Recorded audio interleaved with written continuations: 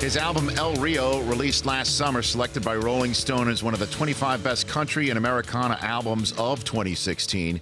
And his newest single, You'll Accompany Me, is a cover of a Bob Seger song. And the reason why is because Frankie Ballard is from the state of Michigan, and he's here on The Rich Eisen Show. Good to see you. It is really awesome to be here. Thanks, bud. I appreciate you saying that. You know, and we just discussed for the television audience, you don't usually hear too many country music recording artists do a cover of a Bob Seger song, but he's Mr. Michigan. He represents the state of Michigan in the music world in many ways. When I was going to preschool, now I don't know how old you are, like 4, maybe 5 years old, I can remember calling up the local rock station. I'd say, hey, this is Frankie Ballard, and I'm riding to preschool from 7 a.m. till about 7:15, so can you play Catmandu by Bob Seger? This did not happen, did it? Yeah, and every once in a while they would play for me. I loved Bob. I mean, I have a lot of country influences. Sure. And I love old country because my dad turned me on to that, but I love rock and roll. Now, where in the state of Michigan are you from originally? From the Cereal City, Battle Creek. Battle Creek. Me and Tony the Tiger. So if you had to choose a cereal, Frankie Ballard, if I could only give you one cereal, what would you do? You know, I'm upset because, Kellogg's is leaving Battle Creek. I did not know that. I'm sorry to hear that. Yeah, and it's pretty heartbreaking, because I like saying that I'm from the Cereal City, and I don't know if I can say it anymore after that. But I'll pick Corn Flakes because Frosted Flakes are great, but I like to put a little real sugar. I don't mean to interrupt you. They're great. I'm sorry, yes. I'm sorry. I mean, they're not just great. I'm sorry. Wait, is this actually real? Like Kellogg's is in Battle Creek? This is. Yeah, are we supposed to know this? Yeah. I didn't know that. Oh yeah, Kellogg's has been in Battle Creek forever. I love Frosted When I was Flakes. a kid, before they moved a lot of the manufacturing out, but when I was a kid, about 4 or 5 o'clock, it would smell like cornflakes in town. I can't even imagine what that would be like. It was awesome. So basically, maybe Frankie Ballard, innately, you like having breakfast for dinner, probably even to this day. Oh, That's yeah. Probably. I like breakfast with every meal. I bet. So Yeah. you're a cornflakes guy, huh? Yeah, I like cornflakes, but I like to put real sugar on them. Instead of Frosted Flakes, I like to go cornflakes with real sugar. Now, you're the guy in the clown makeup over there is a huge cereal guy. Yeah. To the point where he has embarrassed us on Rich Eisen Show road trips. Air. Yeah. Last year at the NFL draft, we were in the iHeart radio stations group in Chicago. Yep. And he starts eating cereal. Well, and I'm they had a like, cereal where'd you get it bar from? in the lounge. So he availed himself of that. Yep. But he went into the refrigerator for the entire staff there at the radio station. Took someone's milk. Took somebody's milk. Well, there was no label on it, and So wrong, Frankie. it's community Milk milk. theft. That's what it is. Were you wearing the clown makeup at the time of the theft? It's a great question, Frankie. I like where your head's at. I was not. You're not one of those that are you the type that is afraid of a clown? Are you? Because I sort of am. And that particular version of the clown makeup, where it's sort of subtle with the pencil thin eyebrows and the look, it is particularly creepy. Can you write a song called "Particularly Creepy" and sing Maybe it? that's Can a you lot write? of syllables. I don't know how That's it will too sing big. out. Okay, so crazy creepy or something. Kind of creepy. Yeah, Kind of creepy. I'm going to work on it. I'm available for music videos. Okay. There you go. Frankie Ballard here on the Rich. Now you played baseball at Western Michigan, correct? Yes, I was. Who'd you play with? I was very lucky. Who did I play with? Yeah, on the anybody team? that we would know? Yeah, there's a big leaguer who's still in the big leagues, and I'm so proud of him, Adam Rosales. Oh, sure, with the A's, right? Yeah, 3 he's years? back with the A's. I came into Western to tell you about Adam Rosales. I came into Western Michigan. I was pretty scrappy. I had to be operating at about 110% of my capacity to compete at that level. I come in, I think, all right, I'm a middle infielder. I'm going to kind of work my way into this thing. And here's Adam Rosales. He's 6'3", he's 200 pounds. He throws about 115 miles an hour across the infield, sprints everywhere he goes. And I thought, man, maybe right field. Maybe I'll get out. I just got to get in somehow. So I sort of became a utility guy and got to play alongside of him and Tony Scheffler, who Long-time tight end in the National Football League. That's right. He played baseball at Western too. No and kidding. I got to room with him. I'll tell you a funny story about Tony. Please. We'd show up into town, kind of late, and we would have just a couple bucks for per diem, and we'd go someplace to Applebee's and try to eat or whatever. And we walked across the street to a Walmart. It was the only thing by the hotel, and Tony got a box of 24 ice cream sandwiches. 24. 24. And from the front door of Walmart back to the hotel, which was just across the highway, he ate every single one of them. That's I ate one, amazing. and he ate 23. Now, how did that sit with him? I if think you it was don't mind me okay. I asking? mean, this guy's like 250 pounds, and That's it nothing. was not a problem. It's not a problem. And I thought, who are these guys?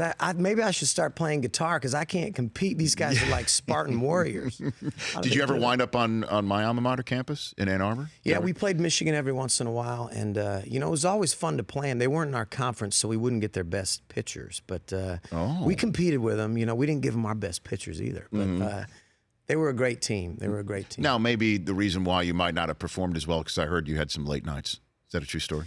Yeah, I was one of those guys who came out of high school and I'd stay after practice late, take a couple extra ground balls. Like I said, I had to really push myself to compete. And then all of a sudden in college, I start writing a couple songs, playing my guitar, and now the girls are starting to want to know something about me a little bit.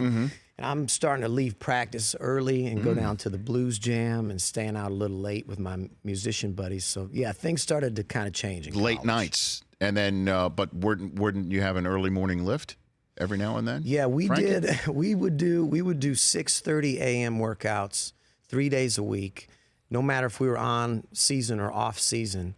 And For baseball? For baseball.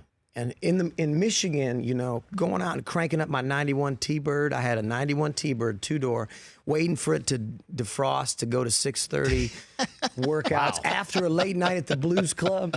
T-tops? Man. Was it T-tops? It was tough. No, it didn't have the T-tops. Didn't have the T-tops, okay. But I love Had that the one. automatic seat belts, so you remember those? Oh, gosh. Yeah, they man. would come right around you and then Wow. just lock you in. Yeah. One night, I'll tell you this real quick. A lot of stuff would break on my T-Bird, and that thing broke one time, and it just stayed in the forward position. That's no good. And for like 3 years, it was in the forward position. And I did a gig one night. My ears are ringing. I'm driving back from Battle Creek to Kalamazoo. And I'm just kind of got the no sound on in the car, and it's dark. Yeah. And all of a sudden, the wires must have connected, and that seatbelt came back. Oh, gosh. in like a, and it made this crazy noise and about scared me half to death. And now here you are living to tell the tale, though, as a Here I am. country music recording artist. So this must be a dream come true for you if you say your dad got you into this and, Yeah. and you got it in your blood, right? Yeah, I absolutely do. I love music so much that I had to start playing it. When did you start? I started when I was young. My dad would sing old country songs, Johnny Cash. In Battle Creek? Yeah, and just Okay. around the family though, And so I grew up listening to him sort of entertain us and just got a deep love for music. And I picked up the guitar just to kind of entertain my sisters with him and never dreaming of it being a profession, But when I got to college and started writing some songs, and like I said, the girls started to pay attention to me. Then Look it at was you now. no looking back. But you still do you now pick up a little bit more of a twang, I think like a so. southern I twang? lived- Now that you've I've- come from Michigan, that you've got that thing I've going. lived in Nashville for Long enough? almost a decade now, and I have a really sensitive ear. And I slip in and out of character. Okay. So Can I give you the Midwest test sure. on words? Okay. Sure.